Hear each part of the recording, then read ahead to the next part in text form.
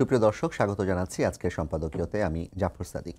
জাতীয় সংসদ নির্বাচন ছাড়া অন্য কোনো পথ খুঁজতে গেলে জনমনে সন্দেহ তৈরি হবে, এমন মন্তব্য বিএনপির স্থায়ী কমিটির সদস্য আমির খসরু মাহমুদ চৌধুরীর। আর বৈষম্য বিরোধী ছাত্র আন্দোলনের দাবি আগে সংস্কার পরে নির্বাচন। এমন বিতর্কের মধ্যেই রাজপথ উত্তপ্ত বিভিন্ন দাবি দাওয়ায়। কর্মীদের আন্দোলনে সারা দেশে বন্ধ রেল চলাচল, দফায় দফায় বৈঠকেও হয়নি সমাধান, বিপাকে হাজার হাজার রেলযাত্রী। খানিক আগে ইবতেদায়ী শিক্ষকরা 5 মাসের আলটিমেটামে আন্দোলন স্থগিত করলেও 5 দফা দাবিতে আবারও আলটিমেটাম দিয়েছে 7 কলেজের শিক্ষার্থীরা। বরিশালেও ছাত্র পরিবহন শ্রমিক দ্বন্দ্ব গড়িয়েছে রাজপথে। খুলনায় শ্রমিক ধর্মঘটে অচল, তেল সরবরাহ সচল হয়নি এখনও। রাজনৈতিক মতপার্থক্য আর একের পর এক দাবি দেওয়ায় সরকার কি করবে? ঐকমত্য প্রতিষ্ঠার পথই বা কী হবে? এসব নানা বিষয় নিয়ে আজকে সম্পাদকীয় পথের খোঁজে। আর এ নিয়ে আলোচনার জন্য স্টুডিওতে উপস্থিত আছেন নীলোফার চৌধুরী মনি, স্বনির্ভর বিষয়ক সহ সম্পাদক বিএনপি, এবং আকবর হোসেন, প্রেস মিনিস্টার, বাংলাদেশ দূতাবাস, যুক্তরাজ্য।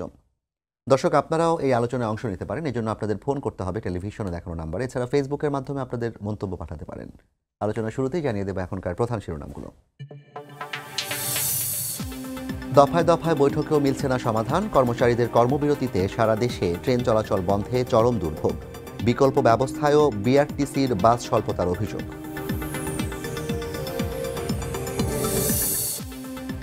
দলের কেউ আস্থা নষ্ট করলে বিএনপি থেকে বের করে দেওয়ার হুঁশিয়ারি তারেক রহমানের। ক্ষমতায় গেলে হাসিনা বিরোধী সব দলকে নিয়ে ঐক্যের সরকার গঠনের ঘোষণা।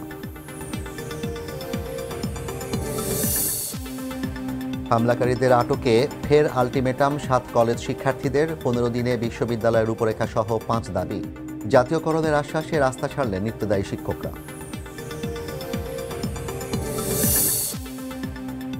রমজানে চাল, ডাল, চিনিসহ নিত্যপণ্যের সরবরাহ নিশ্চিতে কাজ করছে সরকার। ঢাকা, চট্টগ্রামে ট্রাক সেলে টিসিবির পণ্য বিক্রিতে ক্রয় সংক্রান্ত উপদেষ্টা কমিটির অনুমোদন। এবং 800 কোটি টাকা আত্মসাতের অভিযোগে এস আলমের ছেলেসহ 54 জনের বিরুদ্ধে দুদকের মামলা। স্বয়ংক্রিয় ট্রাফিক ব্যবস্থাপনার নামে বিপুল টাকা 9-6-এ জড়িতদের খোঁজে অভিযান।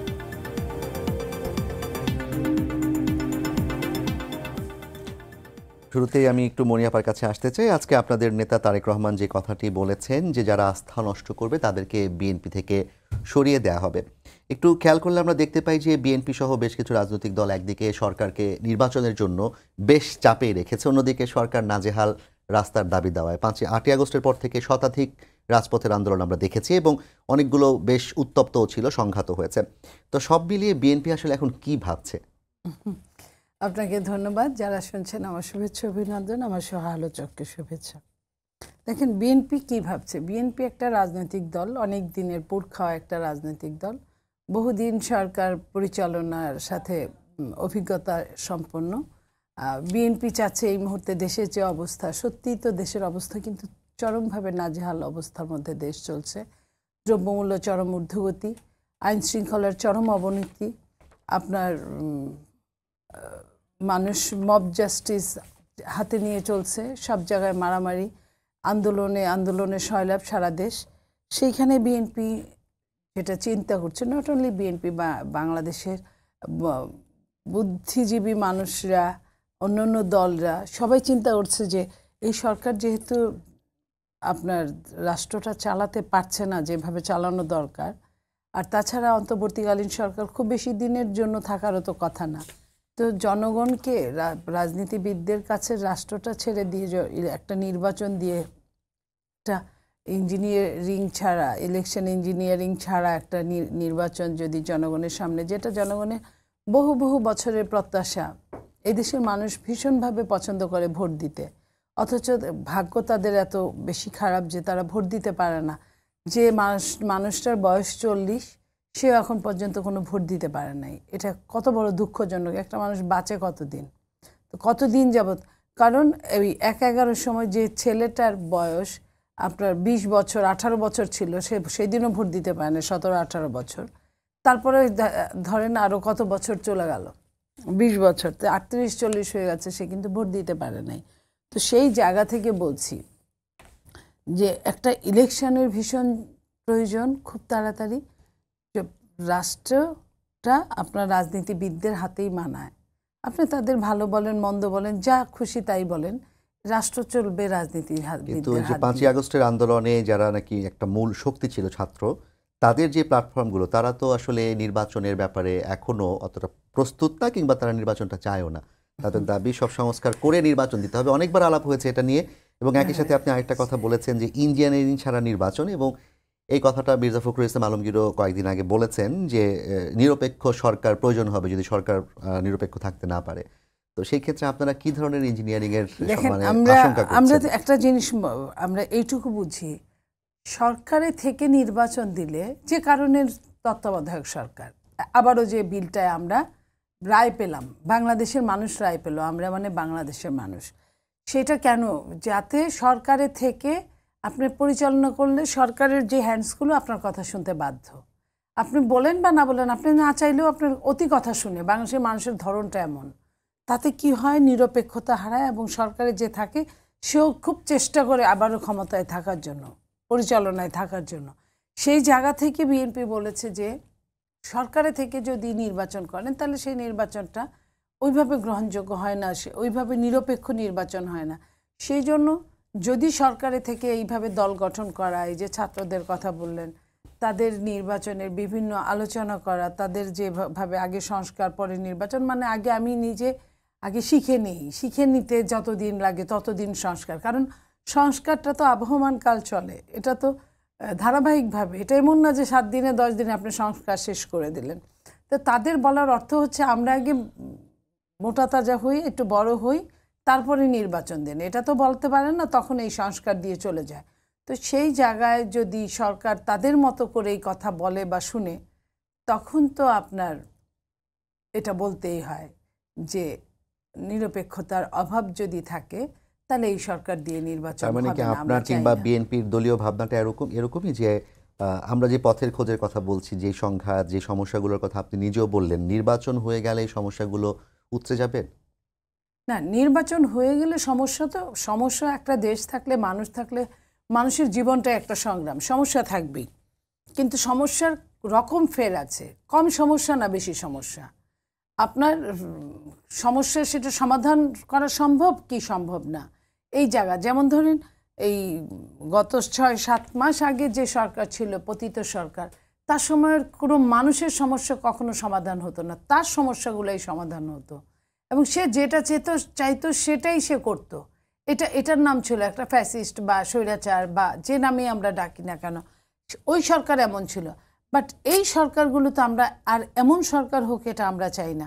আমরা চাই না বলেই কিন্তু আমাদের দল আপনার 31 দফা, কিন্তু এটা কিন্তু এই সরকার পতন হওয়ারও অনেক আগে ঘোষণা দেওয়া, এই 31 দফা, তার মধ্যেই কিন্তু আছে কিভাবে একটা রাষ্ট্র পরিচালনা করলে সমস্যাগুলো কম সমস্যা আকারে দেখা দিবে। আমরা তো বিএনপির এই বিষয়গুলো নিয়ে আলাপ করবো 31 দফা নিয়ে। তবে তার আগে একটু আকবর ভাই আপনার কাছে আমি আসতে চাই।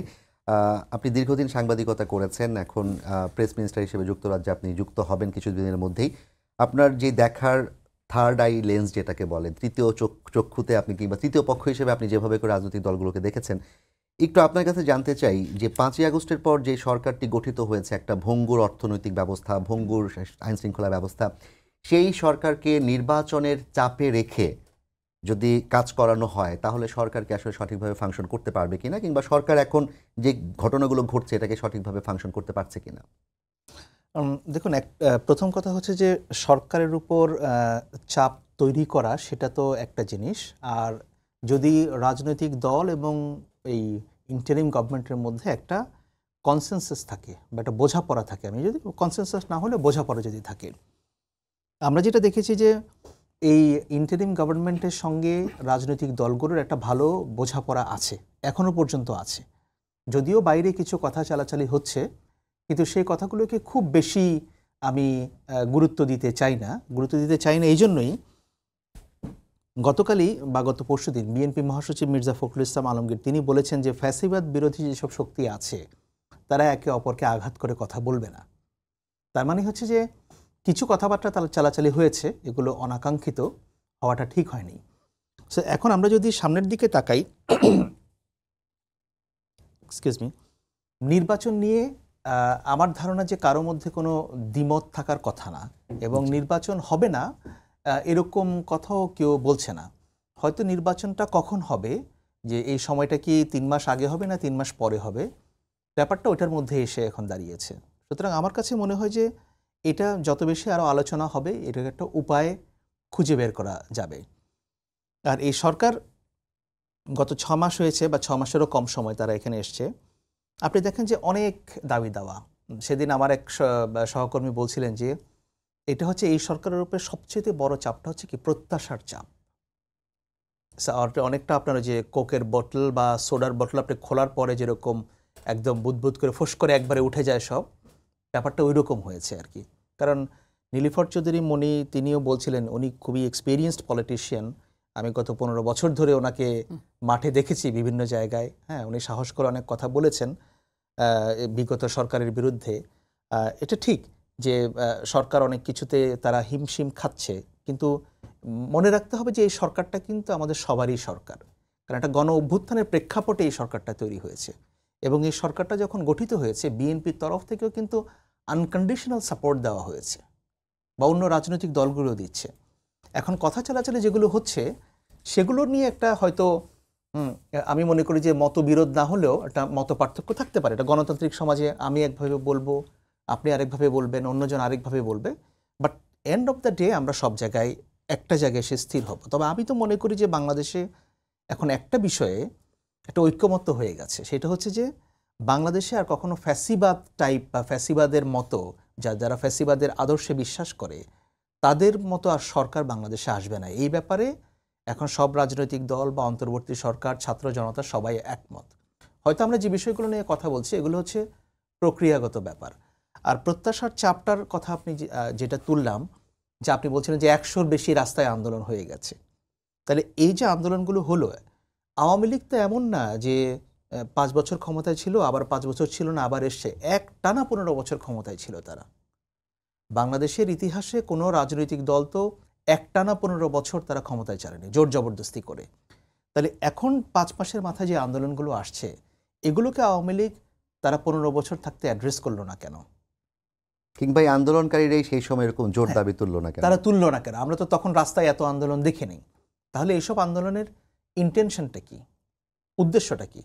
থাকতে পারে মানুষের মধ্যে ক্ষোভ, বিক্ষোভ, রেলের কর্মচারী, শ্রমিক, হয়তো তারা অতীতে বলতে পারে নাই ভয়ে, ক্রস ফায়ারের ভয়ে তারা বলতে পারে নাই, গুম হয়ে যাওয়ার ভয়ে তারা বলতে পারে না। এখন হয়তো তারা ভাবছে যে এখন একটা পরিবেশ তৈরি হয়েছে, আমরা কথাগুলো বলি।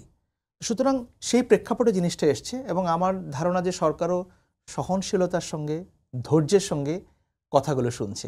আপনি যেহেতু রেলের প্রসঙ্গ টানলেন, আজ কিন্তু হাজার হাজার রেল যাত্রী তারা ভোগান্তিতে আছে, এবং রেলের সাথে রেল কর্মীদের সাথে বৈঠক করে কিন্তু আমাদের অর্থ উপদেষ্টা এবং একই সাথে রেলপথ মন্ত্রণালয়ের উপদেষ্টা, বিশেষ করে অর্থ উপদেষ্টা বলেছেন তাদের যা দেওয়ার দরকার ছিল দিয়েছি, আমার অর্থনৈতিক বাস্তবতাও বুঝতে হবে।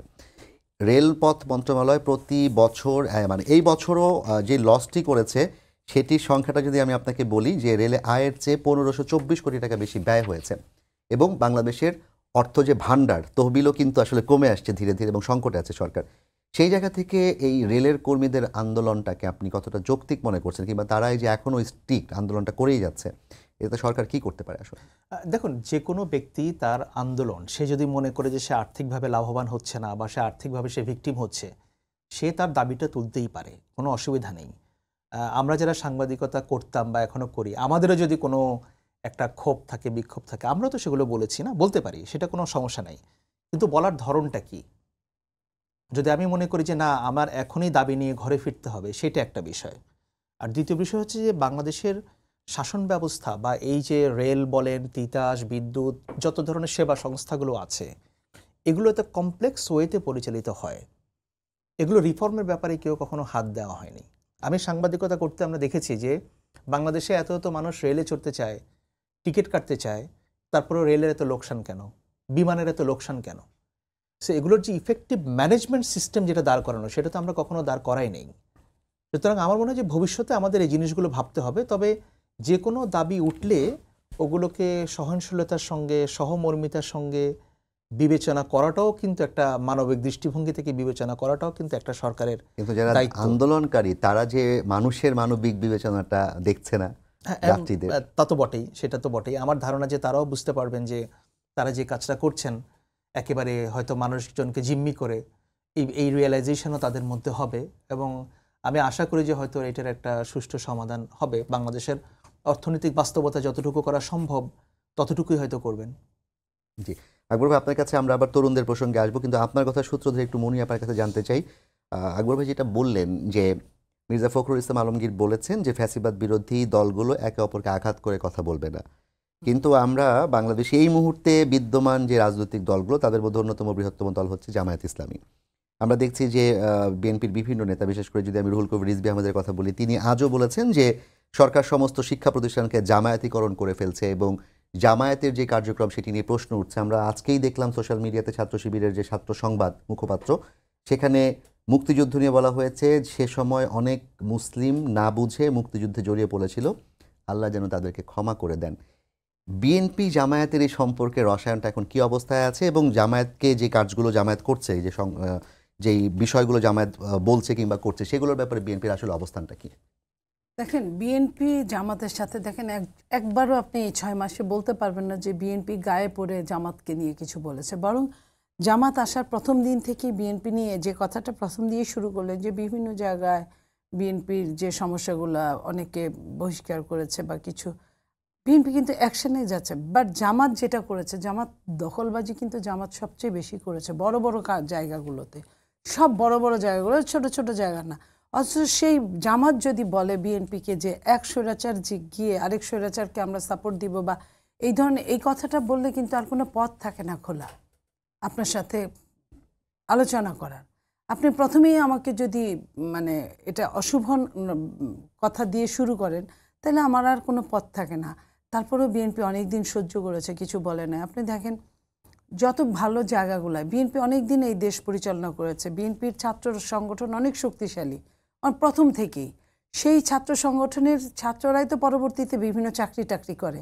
সো বিএনপির অনেক মানুষই বড় বড় জায়গাগুলোতে এমনিতেই বিএনপি মনাম বিএনপি করে তার কিন্তু না। তো তারপরেও যখন আমরা দেখি যে বিভিন্ন জায়গায় একজনের মানে ওই জায়গায় বসার মতো সমস্ত যোগ্যতা থাকার পরও যখন দেখি যে অন্য মনার লোকজনদেরকে বিভিন্ন জায়গায় বসানো হয়, বিভিন্ন বিশ্ববিদ্যালয় থেকে শুরু করে বিভিন্ন মানে প্রশাসনের সর্বোচ্চ জায়গাগুলোতে, তাদের কিন্তু লোকজন কম, বিএনপির চেয়ে বেশি না। তারপরে যখন ঘুরে ঘুরে করে বসানো হয় এবং একটা পর্যায়ে যখন না পাওয়া যায়, আপনি নিশ্চয়ই আপনার মনে আছে যে একটা জায়গায় তারা বলেছিল যে সফট বিএনপি, যদি কোথাও নাই পাওয়া যায় কোনো মানুষ তাহলে সফট বিএনপি নিয়ে আসো, মানে বিএনপি আনা যাবে না যদি কোনো লোকই না পাওয়া যায়। এখন তো একটা নিরপেক্ষ সরকার, অন্তর্বর্তীকালীন সরকার, সবার সরকার এটা, তো সেই সরকারকে জামায়াত বাধ্য করতে পারছে, বিএনপি পারছে না কেন? জামায়াত এটার একটা বড় লম্বা ইতিহাস আছে, আপনিও জানেন। আপনি আমাকে প্রশ্ন করছেন প্রশ্ন করার মতো। আজকালকার যারা বৈষম্য বিরোধী ছাত্ররা আছে, আমাদের ছেলেগুলো যারা সামনের কাতারে ছিল, আমরা অস্বীকার করি না, তাদের অনেকেই একটা সময় ছাত্রলীগ করতো বা একটা পর্যায়ে কিন্তু তারা বলেছে, কেউ কেউ বলেছে, আমরা তাদের কথাই যদি কুট করে বলি যে আমরা একটা সময় নিজেকে বাঁচানোর জন্য আমরা হেলমেট পরেছি। একটা সময় আমরা ছাত্রলীগের ওখানে আমরা আমাদের সন্তানদের তুলে দিয়েছি। এই যে জিনিসগুলো, তো তখন আপনার মনে করেন যে যারা এই কথাগুলো বলে এবং তাতে বোঝা যায় যে কাদের সঙ্গে তাদের সম্পর্কটা। তো ওইখানে ওই যে বলে না যে আমি মাটির উপরে, আমি টেবিলের উপরে, টেবিল মাটির উপরে, সুতরাং আমি মাটির উপরে। তো ঠিক যুক্তিবিদ্যার বইয়ের মতো আমি যদি বলি এখন যে যাহাই আপনার এই যে এরা যারা ছাত্রলীগ একটা সময় করে এখন বৈষম্য বিরোধী, তারাই এবং পরবর্তীতে যখন আমরা এরকম শুনি যে হ্যাঁ আমরা তখন রাজনীতি করার মতো আমাদের পরিবেশ ছিল না, তাই আমরা ওই ঘরে আমরা মানুষ করেছি, তো তাহলে কি হলো, ঘুরে ঘাড়ে কিন্তু ঘটনা একই হয়ে গেল। তাহলে আমাদের সঙ্গে কিন্তু তাহলে তাদের একটা বিস্তর ফারাক থেকে গেল, তারা আর আমরা তো এক হতে পারবো না। তো তাদের লোক সংখ্যা কম কিন্তু তারাই ওখানে। এখন আপনি ভালো করে জানেন বৈষম্য বিরোধী ছাত্ররা এত বেশি পাওয়ারফুল বা পাওয়ারফুল, তারা নিজে আমি বলবো না, তাদেরকে কেউ বেশি পাওয়ারফুল বানিয়ে ফেলেছে। তারা যেটা বলে ওইটাই করে, প্রশাসন করে বা অন্যরা করে। তাতে কি হয়েছে, তারা যাদেরকে বলেছে তাদেরকেই কিন্তু বড় বড় পদগুলায় অধিষ্ঠিত করা হয়েছে। তো সেইখানে যারা বিএনপি মনা হওয়ার কারণে যদি তার যোগ্যতা থেকে সে যদি বাতিল হয়, তার যোগ্যতা থাকা অবস্থায়ও, লাইক আমি ড্যাবের প্রেসিডেন্টের কথা বলি, আজিজ ভাই সম্ভবত, তার যে কোনো একটা হসপিটালে, যে কোনো জায়গায়, যে কোনো একটা মেডিকেলে সে ভিসি হওয়ার মতো যোগ্যতা তার আছে, বা হসপিটালের পরিচালক মণ্ডলীর, গভর্নিং মণ্ডলীর সভাপতি হওয়ার আছে। কিন্তু আমি শুনলাম যে একটা জায়গায় তাকে সদস্য করা হয়েছে। এই সদস্য কিন্তু তাকে এটা এক ধরনের অপমানিত করা, কারণ এত সিনিয়র ডাক্তার, এত সিনিয়র প্রফেসর সে। তো এই যে এই জায়গাগুলোতে এটা কিন্তু ভেতরের কষ্টটা কিন্তু পরে একটা সময় খুব খারাপভাবে প্রকাশিত হয়। আমি এই জন্যই বলছি যে আমরা যদি সবাই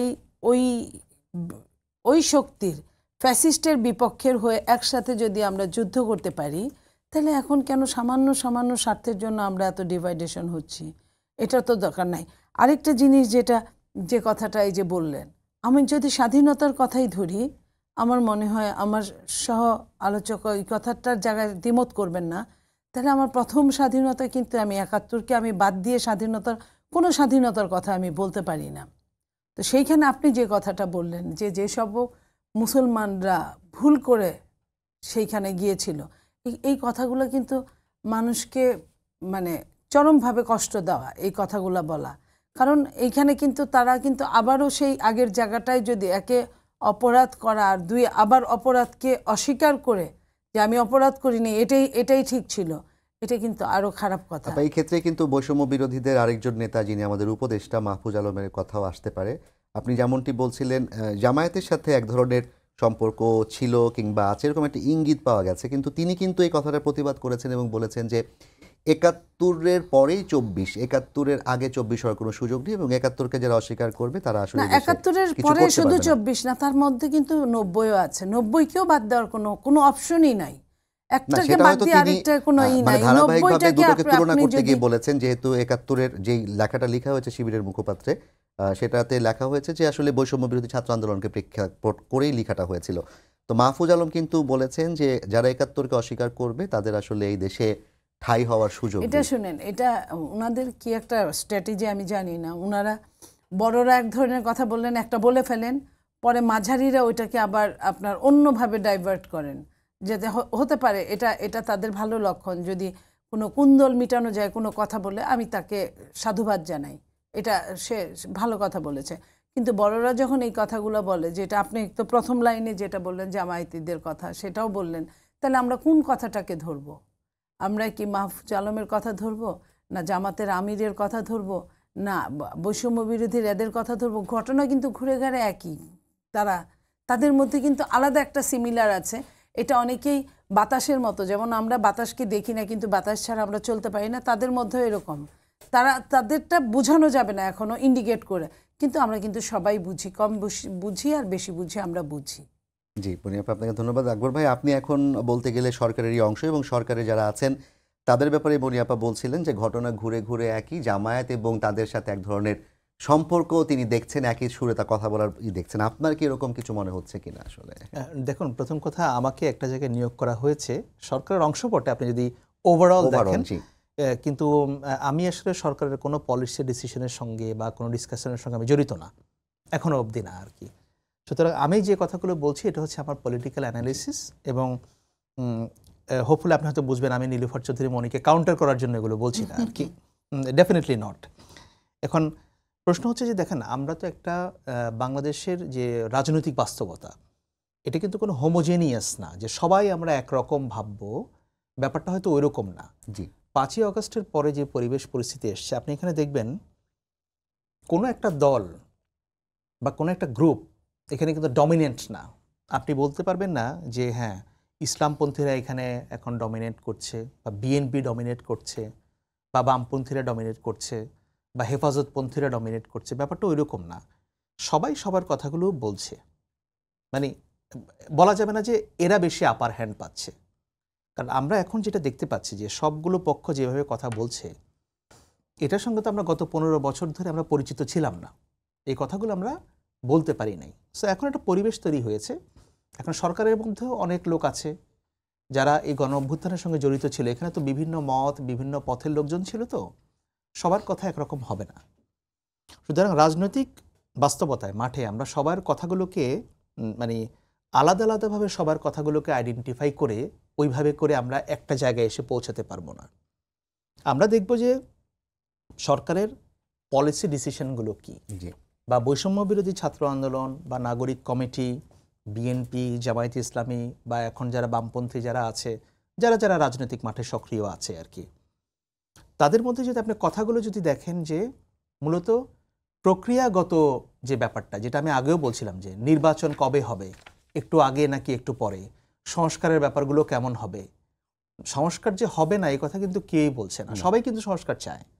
এবং একটু আগে আমি বিএনপির ভারপ্রাপ্ত চেয়ারম্যান জনাব তারেক রহমান, তাদের একটা হেডলাইন আপনারা প্রচার করছিলেন, তার বক্তব্য কিন্তু এখানে দুটো বার্তা আছে।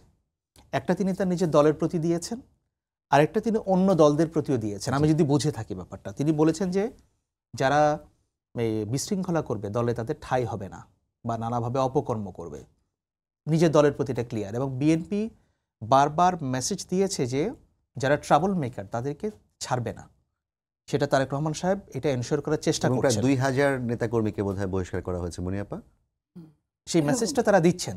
তো বিএনপি এই কাজটা কেন করছে? কারণ বিএনপিও বুঝতে পারছে যে এই দেশের তরুণরা কি চায়, এই দেশের মানুষ কি চায়। আমি শুধু তরুণদের কথা বলবো না, এই দেশের মানুষ কি চায় সেগুলোকে বিএনপি অ্যাড্রেস করছে। এবং যদি বিগত সরকারের কাছ থেকে কিছু লেসন নেওয়ার থাকে, আমি আশা করব যে সেটা বিএনপি নিবে বা নিচ্ছে, সেটা একটা জিনিস। এবং তারেক রহমান সাহেবের আরেকটা কথা তিনি অন্য দলের প্রতি বলেছেন, যদি আমি ওনার বক্তব্যটা শুনিনি, ওটা যদি ঠিক হয়ে থাকে, যে বিএনপি ক্ষমতায় আসলে বা যে নির্বাচনে জিতলে সবাইকে নিয়ে একটা সরকার এটা গঠন করবে। অনেকবারই তিনি বলেছেন। অনেকবারই বলেছেন, আজকেও বলেছেন। সো ওনার মতো একজন নেতার মুখ থেকে যখন এই কথাটা বারবার আসে, তার মানে কি বোঝাতে চাচ্ছেন উনি বোঝাতে চাচ্ছেন যে নিশ্চয়ই এমন কোনো রাজনৈতিক দল বাংলাদেশের প্রেক্ষাপটে এই মুহূর্তে বাংলাদেশে বিরাজমান নাই যারা বাংলাদেশ বিরোধী। তাদেরকে নিয়ে তো তিনি আর ঐক্য করবেন না। যারা বাংলাদেশপন্থী বা বাংলাদেশকে তারা নিজের দেশ মনে করে রাজনীতি করে, যেই রাজনৈতিক দলের বিদেশে কোনো শাখা নাই, সেরকম দলকে নিয়ে তো তিনি ঐক্য করবেন না। তার মানে ওনার মেসেজটা ক্লিয়ার যে উনি অন্য দলগুলোর প্রতিও একটা সহনশীল বা তাদের প্রতি একটা রেসপেক্টফুল ব্যাপার আছে। সো আমার মনে হয় যে এই ব্যাপারটা যদি বিএনপির মতো একটা শীর্ষস্থানীয় দলের কাছ থেকে আমরা এই মেসেজটা পাই, এরপরে আমাদের আর খুব বেশি কিছু বলার থাকে না। অন্যদিকে আমরা যদি সরকারের দিকে তাকাই, আপনি মাহফুজ আলমের কথা বলছিলেন, আসিফ নজরুল আইন উপদেষ্টা তিনি কথা বলেছেন কয়েকদিন আগে, জি এবং অধ্যাপক ইউনূস তো বলেইছেন। আপনি দেখবেন যে ওনাদের কথা যদি দেখেন, ওনারাও কিন্তু একটা এই রাজনৈতিক দলগুলোর সঙ্গে কাজ করার এবং একটা সমন্বয়ের ভিত্তিতে কাজ করার, সেটা তাদের সেই ব্যাপারটা আছে। এবং প্রধান উপদেষ্টা অধ্যাপক মোহাম্মদ ইউনূস বিভিন্ন সময় তিনি জাতীয় ঐক্যের ডাক দিয়েছেন, এবং সেই অনুযায়ী বিভিন্ন রাজনৈতিক দলগুলো তার সঙ্গে বৈঠকে গিয়েছে ঐক্য কমিশনও করেছেন। তারা। সুতরাং আমরা যদি শীর্ষ পর্যায়গুলোতে দেখি, তাহলে আমরা কিন্তু খুব বেশি পার্থক্য এখানে দেখতে পাবো না। নিচের দিকে কথা ভাই থাকবে, অনেক রকমের কথা এটা হবে। কিন্তু ইউনূস সাহেবও বলেছেন যে আমি তো এখানে দেখি এক কথা বলে, বাইরে গিয়ে দেখি আরেক কথা বলে, আমার ভেতরে তো কোনো সমস্যা আমি দেখি নাই। না, হতে পারে, কারণ যখন রাজনীতির মাঠে সবাই ইন্ডিপেন্ডেন্ট, এই যে নীলুফার চৌধুরী মনিয়াপা এখানে আসছেন, উনিও ওনার দলের বক্তব্য যেমন বলছেন, উনি কিছু বিশ্লেষণ দিচ্ছেন যেটা ওনার দেখা থেকে, ওনার আন্ডারস্ট্যান্ডিং থেকে, কোনোটাই ভুল না। হ্যাঁ, আবার সবগুলো যে আমাদের আন্ডারস্ট্যান্ডিং সঠিক হবে ব্যাপারটা এরকম না। এই যে আমি অনেক কথা বললাম, হয়তো আমার আন্ডারস্ট্যান্ডিংয়ে ভুল থাকতে পারে, হয়তো এর মধ্যে কোনো একটার সঙ্গে বা অনেক কিছুর সঙ্গে অনেকে এগ্রি নাও করতে পারেন, কিন্তু একটা ডেমোক্রেটিক সোসাইটিতে এটা থাকবে। এবং যদি আমরা হোমোজিনিয়াস হতাম, তাহলে তো একটা রাজনৈতিক দল হলেই হতো। আপনার আন্ডারস্ট্যান্ডিং নিয়ে যেহেতু কথা বলছিলাম, একটু প্রথমেই আবার ফিরে যেতে চাই। যেহেতু আমরা বলছিলাম পথের খোঁজে, মনিয়াপার কাছে পথের খোঁজটা হচ্ছে যে নির্বাচন জনগণ চায় এবং এদেশের জনগণ ভোট দিতে চায়, এবং ভোট দিতে পারাটা একটা সফলতা। এই বিপ্লবের পর জনগণের জন্য কি ভোট দিতে পারা আপনার আন্ডারস্ট্যান্ডিংয়ে সফলতা কিনা, না জনগণ আরও বেশি কিছু চায়? না, ডেফিনেটলি, মানে একটা তো হচ্ছে আমাদের গণতান্ত্রিক সমাজ লাগবে, এতে কোনো সন্দেহ নাই। মানে এটা নিয়ে সন্দেহের কোনো অবকাশই নেই। আমার মনে হচ্ছে আমরা একটা অন রোড টু ডেমোক্রেসি, আমরা ধীরে ধীরে গণতান্ত্রিক যে হাই রোড, আমরা সেদিকে আমরা যাচ্ছি এবং আমরা যাব। এবং গণতন্ত্রের প্রধান শর্ত হচ্ছে একটা সুষ্ঠু অবাধ নির্বাচন। এটা কিন্তু 1 নাম্বার শর্ত। আপনি আর বাকি যে শর্তগুলোর কথা বলবেন সেগুলো কিন্তু 2, 3, 4 নাম্বার, 5 নাম্বার সেগুলোতে হবে। যেহেতু মানুষের মনে একটা আকাঙ্ক্ষা তৈরি হয়েছে যে এই শেখ হাসিনা সরকার গত 15 বছরে যেভাবে দেশ চালিয়েছে, এত মানুষ খুন করেছে, হত্যা করেছে, ক্ষমতাচ্যুত হয়েছে, ক্ষমতাচ্যুত হওয়ার পরেও তাদের মনের মধ্যে কিন্তু কোনো অনুশোচনা নেই। এখনও তারা ভারতে বসে ভারতের মুখাপেক্ষী হয়ে আছে কিভাবে বাংলাদেশে ফেরা যায়। তার মানে একটা রাজনৈতিক দল কতটা দেউলিয়া হলে পরে তারা বাইরের শক্তি নিয়ে দেশে ফিরতে চায়। তাদের একজন মন্ত্রী ইন্টারভিউ দিয়েছেন না টাইমস অফ ইন্ডিয়াকে কয়েকদিন আগে, যে আমরা ভারতের দিকে চেয়ে আছি। ওকে, ভারত কি করবে সেটা ভারত বলতে পারবে, কিন্তু আমি যেটা বলতে চাচ্ছি যে রাজনৈতিক দল তাদের নিজস্ব আন্ডারস্ট্যান্ডিং নাই, তারা এই দেশের মানুষকে বুঝতে পারে না। সুতরাং এখন আমরা যদি নির্বাচনের যে প্রসঙ্গটা সেটা আসছি, যে ভবিষ্যতে নির্বাচন হবে এবং নির্বাচনের মধ্য দিয়েই আমাদের একটা গণতান্ত্রিক যাত্রা আমাদের হতে হবে। এবং আমি মনে করি যে বাংলাদেশের সামনে আমাদের একটাই পথ খোলা আছে, সেটা হচ্ছে যে আমরা একটা গণতান্ত্রিক, আমি বলবো ডেমোক্রেটিক এবং একটা লিবারেল সোসাইটি, যেটা দিয়ে আমরা ওয়ার্ল্ড ওয়াইড বাংলাদেশের মানুষকে চিনবে যে এটা একটা গণতান্ত্রিক দেশ এবং এই দেশের মানুষ লিবারেল, এবং এই দেশের মানুষ তার স্বকীয়তা বজায় রেখে, জাতীয়তাবোধ বজায় রেখে রেসপেক্টফুলি তারা বসবাস করতে পারে। এই দেশের মানুষ হিউম্যান রাইটসকে তারা মূল্য দেয়। এদেশের তরুণ সমাজ দুর্নীতিকে প্রশ্রয় দেয় না। তরুণ সমাজ বলতে বোঝাচ্ছি তারাই তো সামনের বাংলাদেশ।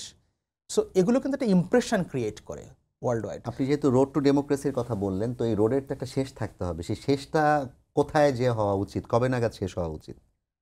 আমার মনে হয় এটা অন্তর্বর্তী সরকার এবং রাজনৈতিক দলগুলোর মধ্যে একটা সমঝোতার মাধ্যমে এটার একটা পরিসমাপ্তি হবে। মানে আপনি যেখানে বলছেন অলরেডি প্রধান উপদেষ্টা তো একটা সময় বলেছেন যে 2026-এর জুনের মধ্যে, মানে নির্বাচন এর পরে যাবে না, তার আগে ডিসেম্বরে শেষও হতে পারে এবং জুনের মধ্যে হতে পারে।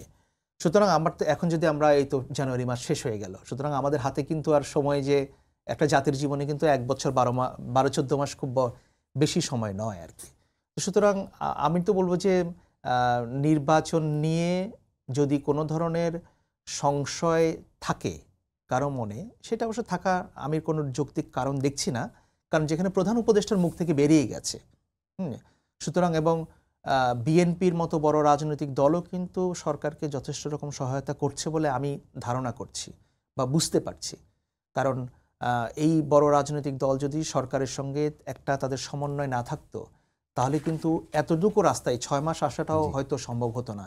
এবং সামনের দিনগুলোতে আমি মনে করব যা কিছু হবে একটা কনসেনসাসের মাধ্যমেই সেটা তৈরি হবে। জি, ধন্যবাদ আকবর ভাই।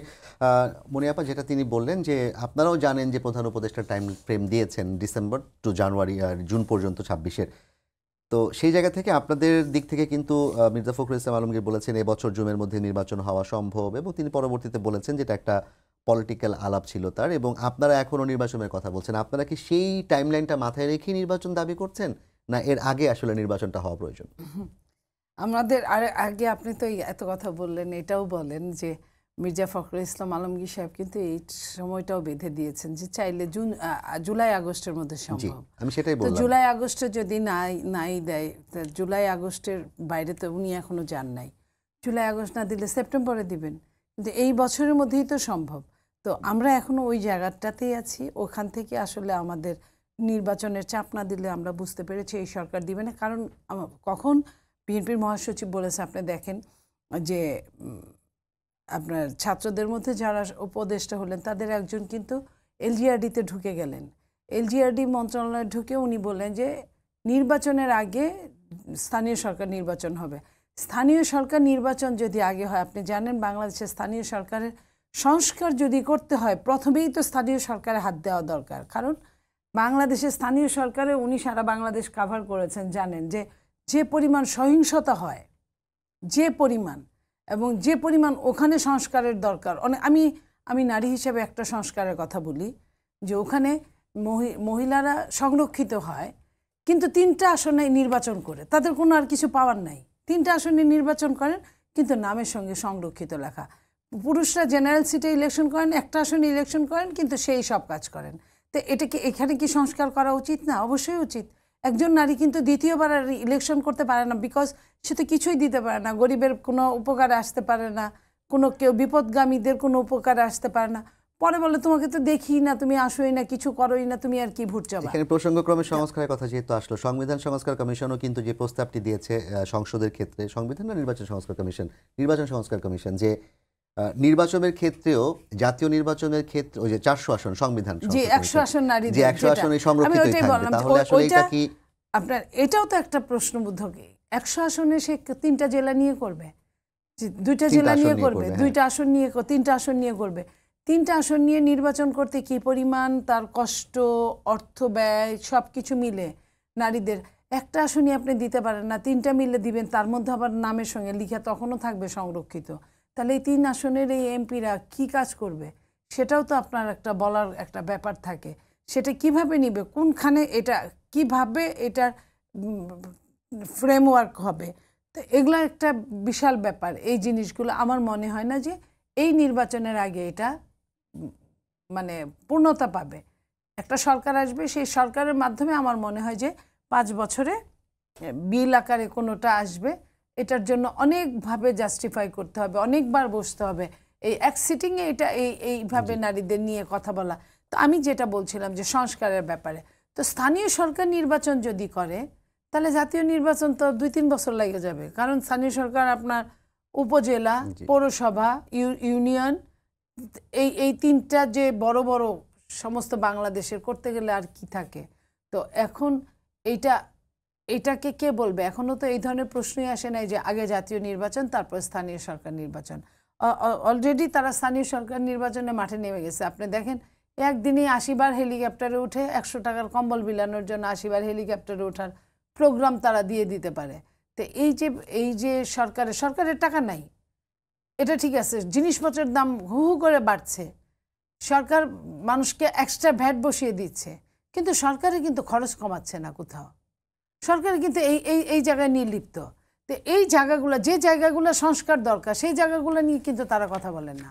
তো সেই জায়গায় নির্বাচনে যত তাড়াতাড়ি এই সরকার, এই আপনার ইন্টারিম গভর্নমেন্ট যত তাড়াতাড়ি একটা নির্বাচন করে গভর্নমেন্টটাকে আপনার হস্তান্তর করবে একটা পলিটিক্যাল সরকারের কাছে, ততই তাদের জন্য মঙ্গল, দেশের জন্য মঙ্গল। এবং এই যে আন্দোলনে শত শত লোক যে আন্দোলন করছে, কেন আন্দোলন করছে, কিসের জন্য, এত বছর তারা ওইভাবে আন্দোলন করতে পারে না, তারা আন্দোলন করছে, সরকার কিন্তু এগুলা সামলাতে পারছে না, হিমশিম খেয়ে যাচ্ছে। তো এই হিমশিমগুলো তো অন্তত আমি এটা নিয়ে বন্ধ প্রশ্নটা হবে। করতে চেয়েছিলাম, ধরেন আপনার যদি জুলাই আগস্টও নির্বাচন হয়, তাও অন্তত আরো 6 থেকে 8 মাস আপনাদের দাবি অনুযায়ী সরকারকে থাকতে হবে। তো সরকার এই আন্দোলনগুলো সামলাতে কি করতে পারে, কিংবা আপনারা দল হিসেবে কিভাবে সহযোগিতা করতে পারেন? সরকারের ইমিডিয়েট এই আন্দোলন সামলানোর জন্য সব দল নিয়ে তাদের বসা দরকার, যে এই আন্দোলনগুলো, এবং একটা ঘোষণা দেওয়া দরকার যে আমরা এই টাইমটুকের মধ্যে থাকবো, এই টাইমটুকের মধ্যে তোমরা বাবারা এতদিন কিছু পাও নাই, এই টাইমটুকের মধ্যে আমরা কিছু দিব না, দিতে পারবো না।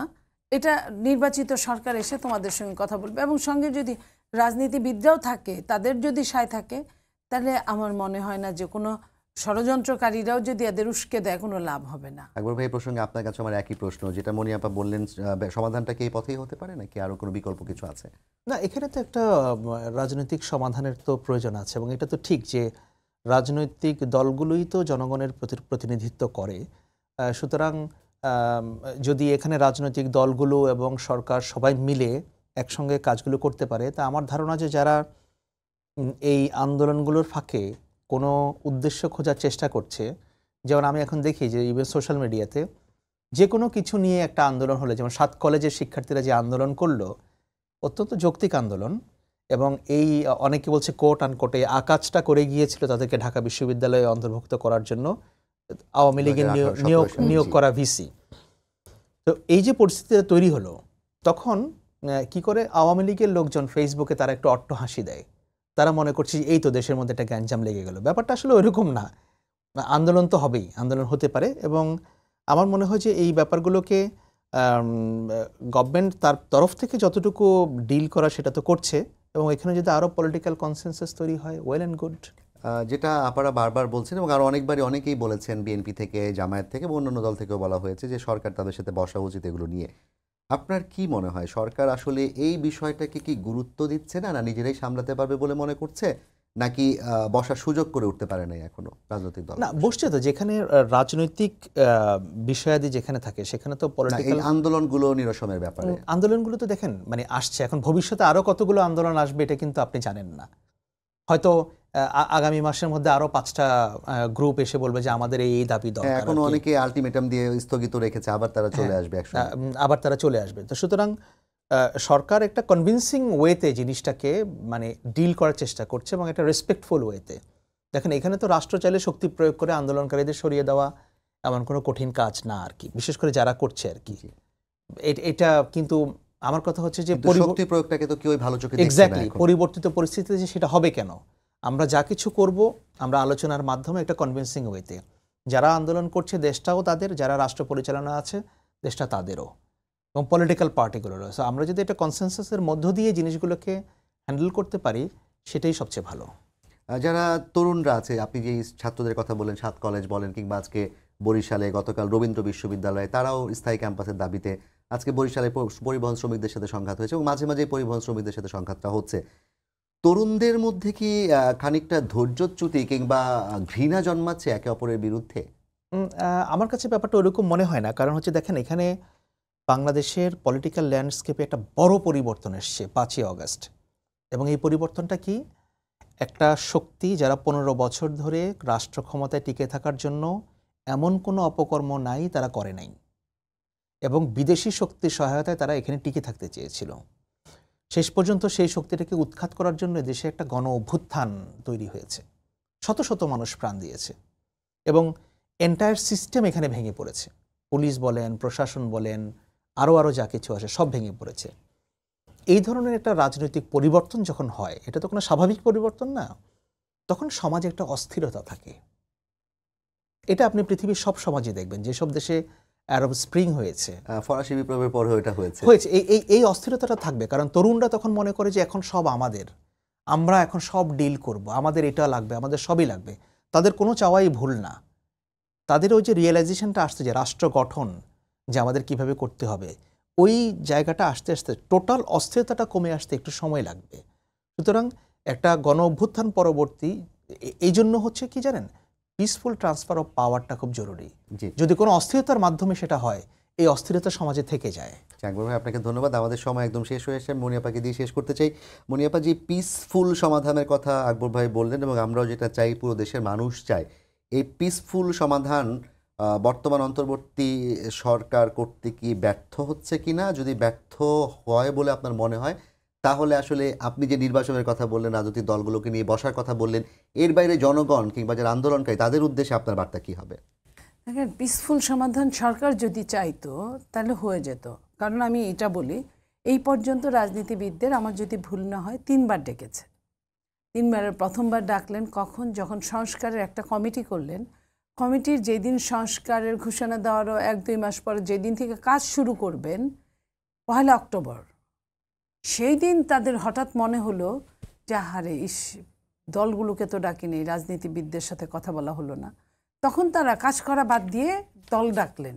এটাকে একটা নর্মাল, এটা এটা এটা কোনো, আপনার সঙ্গে আমি টকশো করছি সে 1 ঘন্টা টাইম নিয়ে, সেই টাইমটাও তারা দিল না। একটা 10 মিনিট 15 মিনিটের একটা চা চক্র বা চা না ছাড়াই একটা হাই হ্যালো পর্যন্ত গেল।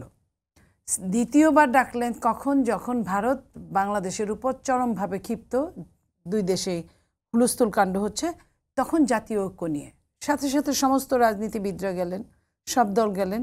এখানে আন্তরিকতার রাজনীতিবিদদের কোনো অভাব নাই, তারা গেলেন এবং তারা একদম ঘোষণা দিয়ে আসলেন যে তারা জাতীয় ঐক্যের ব্যাপারে প্রত্যেকেই এবং 3 নাম্বার যেটা করলো, প্রক্রিয়ামেশনের পরে যখন 15 তারিখ সরকার নিলেন, টাইম নিলেন, 15 তারিখে তাদের মনে হলো যে রাজনীতিবিদদের সাথে কথা বলা হয় নাই। 15 তারিখে তাদের একটা তো হুলস্থুল করে একটা টাইম দিল। এখন এইভাবে তো রাজনীতিবিদদের সাথে দূরত্ব রেখে আপনার দেশ ভালোভাবে পরিচালনা করতে পারবেন না, এই আন্দোলনকারীদের বন্ধ করতে পারবেন না, দমাতে পারবেন না। সেখানে রাজনীতিবিদদের সবার অভাব দেখছেন এই ক্ষেত্রে? আমি সদিচ্ছার অভাব আমি এটা বলবো কেন, আমি আপনাকে প্রমাণটা দিলাম, আপনিই বলবেন, জনগণ যারা তারাই বলবে সদিচ্ছার অভাব আছে কিনা। কারণ আমাদের নেতা জনাব তারেক রহমান বলেছিলেন, এই সরকার আমাদের সরকার, এই সরকারকে কোনোভাবে ব্যর্থ হতে দেওয়া যাবে না। তারপরেও যদি ব্যর্থ হয় তাহলে সেটা দায় সরকার। আসলে এই সরকার কিংবা বাংলাদেশ কোনোভাবে ব্যর্থ হবে না, এবং যেই পথের খোঁজ আমরা করছি সেই পথের খোঁজ আমরা পেয়ে যাব। সবাইকে ধন্যবাদ জানিয়ে শেষ করছি আজকে সম্পাদকীয়। আগামীকাল আবারও দেখা হবে রাত 10টায়, দেখার আমন্ত্রণ রইল।